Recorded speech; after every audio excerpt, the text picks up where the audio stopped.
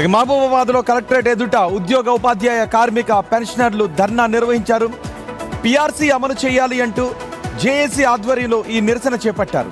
Pending లో ఉన్న 6 డిఏలను వెంటనే విడుదల చేయాలని కోరారు జేఏసీ నాయకులు. అలాగే సిపిఎస్ ను రద్దు చేసి ఓపీఎస్ ను పునరుద్ధరించాలని ఉద్యోగులు డిమాండ్ చేశారు.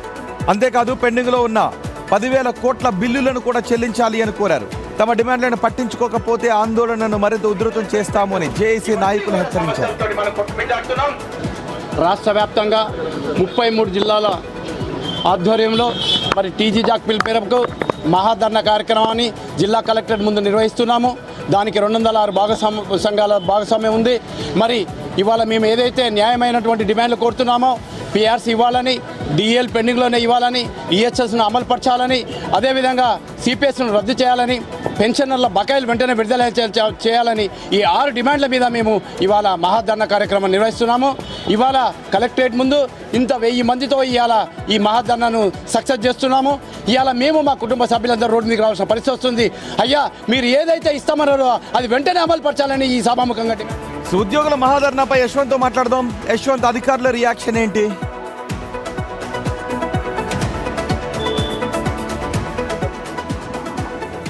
యశ్వంత్, మహబూబాబాద్లో ఉద్యోగ సంఘాల నాయకులు తమ డిమాండ్ల పరిష్కారం కోసం ఈరోజు మహాధర్నాకు దిగారు. ఒకవేళ సమస్యలను పరిష్కరించకపోతే తదుపరి కార్యాచరణను ప్రకటిస్తామని చెప్తున్నారు.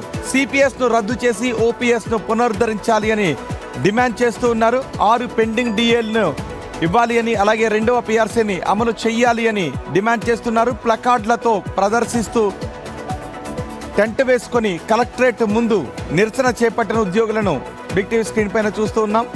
మా ప్రతినిధి యశ్వంత్ ఉన్నారు. యశ్వంత్, ఉద్యోగ సంఘాల నాయకుల డిమాండ్పై అధికారుల రియాక్షన్ ఏంటి? ఎస్ రోహిత్, ముఖ్యంగా ఈరోజు ఉద్యోగస్తులంతా కూడా రోడ్డు ఎక్కారు, కలెక్టరేట్ ధర్నా చేశారు. మేనిఫెస్టోలో ఏదైతే సిపిఎస్ విధానాన్ని రద్దు చేస్తామని చెప్పారో దాన్నే మేము అడుగుతున్నామంటూ ఉపాధ్యాయులు అయితే ఉద్యోగులంతా కూడా రోడ్డుకి నిరసన తెలిపారు. దీనిపై ఇప్పటివరకు ప్రభుత్వం నుండి ఎలాంటి స్పందన రాలేదు. ప్రస్తుతం ఈ జేఏసీ చైర్మన్ మనతో ఉన్నారు, అడిగి తెలుసుకుందాం. సార్, ఏంది సార్, ఎందుకు ధర్నా చేపట్టారు సార్?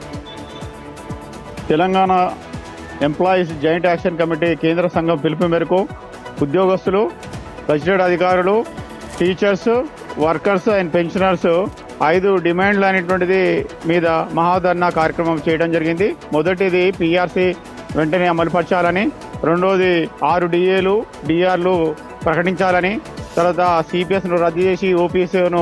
ధర్నా కంటే ముందు ఇలాంటి ప్రభుత్వానికి వినతి పత్రాలు కానీ మీ డిమాండ్స్ ప్రభుత్వం దృష్టి తీసుకువెళ్ళారా? 3 సంవత్సరాల నుంచి మా కార్యాచరణ ప్రతిసారి ముఖ్యమంత్రి గారిని, అనేక జాయింట్ యాక్షన్ కమిటీ కూడా ఏర్పడి వారికి వినతి పత్రం ఇవ్వడం జరిగింది.